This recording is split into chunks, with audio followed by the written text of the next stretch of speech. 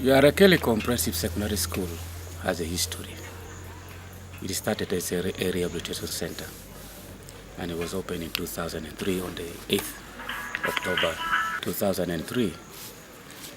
And as a rehabilitation center, it was receiving children from Langu sub-region and Teso. This is a home because these children were separated from their parents under various circumstances by the rebels and socialized into violence. And all along their life, they have been with the rebels. And some of them either escaped or were rescued by the Uganda People's Defense Forces. So when they return, they get into the hands of the military. So this center became the first contact point with civilian life. So when they come in those days, they don't trust anybody because of the kind of indoctrination they were given. That if you come, you are going to be poisoned. Even they do not accept any medication because they fear of being poisoned. Some children, they just recover due to the structured activities at the center. Wake up in the morning, prepare their food, dancing, singing, and so forth. Others need specialized counseling. So you need someone to talk 3 or 4 times with the child and help the child through that kind of process. Looking at how those symptoms of trauma are fading away. Because on the first day we have a checklist of when you talk to the child, through the checklist you see which of the signs of trauma is presenting itself. And then you follow with the child until those signs of trauma are wearing out. These children have lost their education. Some were abducted in lower classes, you have stayed for 10 years, some grew up there. So when they come here, they have lowered the attention span and so forth. Then we have remedial education here, remedial classes, where professor teachers are employed to sit for 30 minutes or so with them in the class, let them learn how to pay attention in class, sit in the class. So remedial classes are also organized as part of the routine. And then another thing that worked very interesting is to draw the experiences in captivity at the center and then their future plans. So from the drawings, you use it as a point of departure for discussion with the child to try to understand. That's how they can express themselves more. And through the drawings, you can then gauge how best can I support this child. Fortunately, most of the majority that came, we will look at the future. They always talk of going to school. And I think if you went along that wall, you could see it's a monument for us where we realize our dreams. Some of them want to be doctors, nurses, soldiers, and what have you. And this is very positive, that a child has hope. One of the activities we used to do was to have vocational skills training, because we had these catch-up classes, and we also had activities for vocational training. Now, the value of that vocational training at the beginning was mainly for therapeutic purposes, so that the hand that used to pull a trigger can now be used to produce a chair, to produce something more useful. And we were bringing children here to 1 week training them on business and give them money. And they go home, they can't start a business. As for the girls, sometimes you give them, they just go away and get a man and abandon you, are showing machine there and so forth. Some people were given tools after training. They sell away the tools and then go and buy a bicycle for border in town. So I think enterprise selection was also a bit of a problem. You should have best supported the family household as a whole, and then enterprise selection should have been carefully done. Mostly, when the children came here and they were asked to select courses, particularly the girls chose tailoring, because tailoring is traditionally known as a work being done by women. And many people have done training, trained girls on tailoring, gave them sewing machines. First of all, the training, the time is too short. For us, during the rehabilitation, it was only for therapeutic value. To keep the mind busy, do something, make a piece of cloth. But when it comes now for commercial purpose as a business, all these NGOs have not been offering adequate training. The duration has been too short. Such that if they went out, the best they could do is to mend old clothes or to make school uniforms. And yet also in this country, second-hand cloth has flooded the country. So people are not interested in buying new clothes unless it's going to be more specialized, like gomases, like coats, suits, and so forth. And that's why when they find themselves in the job market, there are too many people to begin with. The kind of skills they are given cannot make them compete, and yet they're also been given sewing machines. People do these courses for 3 years, but here do 3 to 6 months. So I think the duration of the training was a problem, and also the market. But I think this was not backed up with effective government policy. Then they come back, they have a lot of difficulties to be even accepted by their own families. Because your daughter was in secondary school in senior 3, comes back with a child of a rebel. It is not easy to accept. But I must appreciate Concerned Parent Association. They did a lot to help to sensitize parents that this is not the making of the girls. They find it is very difficult to settle in a normal family relationship with other men who have not been involved with armed groups. Because, sometimes they still have trauma and they don't understand how they behave and so forth.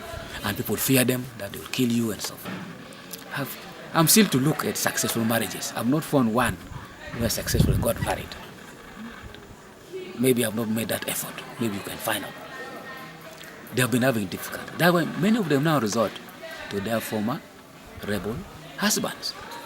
And which is very disturbing, because this is a person who abducted you, destroyed your education, ruined your future, and you still go for that child.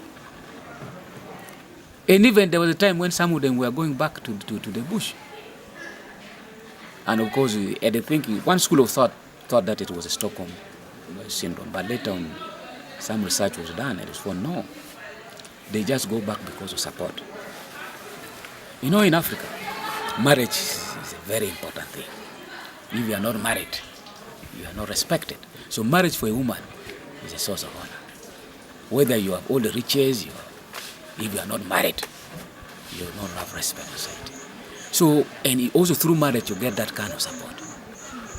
So they are finding a lot of challenges in settling in a marriage and also finding that kind of support. When I was doing the follow-up of the children in the program we were supporting in Gulu, a group of women came here and told me they have an association called of child mothers of the former who were between captivity in Gulu to support each other. And through that, they were trying to look for support from donors and so forth. This is double edge, because one, by holding themselves together, you begin to ask yourself, why do they want to hold themselves together and to have that kind of identity with the very life that they had in captivity? That could present an obstacle to successful reintegration. Because one would think that the best is to get into normal life, join other women, and take opportunities of all other financial services in the community or others, existing services to support women in general as part of women emancipation. So that they should not get trapped in the background what they have been through. Maybe it is the NGO approach that if you're in a group as child mothers, then child mothers, then we can support. There are many child mothers, not only those from captivity. It's a serious problem. There are many girls who are getting children out of the wedlock. There are a lot of teenage pregnancies. So if they could have been done general as child mothers, not really only those who have come from captivity. So I'm still a little bit worried about that identity problem, because it could continue sustaining the stigma. So government thought, okay, let us have a framework for resource mobilization. that is Peace, Recovery and Development Program. But the biggest problem with that, it was only a framework for resource mobilization. And the government was expecting donors to put money into this and also for them to co-finance. But this was not well considered in the national budget. So the donors were waiting for government contribution, the program delayed and so forth. Eventually, it started taking off. And the way it has been managed at district level, try to involve local government and so forth, it got sucked into the national problem of corruption. All these programs, even when PRDP was conceived and launched by government, they were hoping to mobilize $633 million. But already, if you look at the money in northern Uganda, from UN agencies, from the NGOs and what have you, more than $700 million was already committed in northern Uganda. And this has not had the kind of impact that is desired. What is about this $636 million? Even if it was realized, I don't know how much was realized, I don't know the statistics, it would face the same thing. The problem in northern Uganda is implementation, where all these programs have only been used for resource mobilization. But most of it, through the Prime Minister's office, has been wasted in servicing the delivery mechanism and little trickle-down effect onto the population. Only maybe South one tried slightly. But even the community was not ready to absorb that kind of large sum of money. The very people who were implementing it, they are the ones who created their own community projects and funded themselves. So money was coming from one end to the other. For me, I think money cannot bring development. These aids cannot bring development if it is misdirected like this one. You see, the biggest challenge with all these international NGOs that came here, briefly, their intervention have been useful, efficiently managed, but also very costly, because they brought in experts who ran the emergency program very efficiently. Sustainability question becomes very critical. A simple showcase is when Sponsor Children Uganda set up this secondary school, which has been transiting from a rehabilitation center into a secondary school.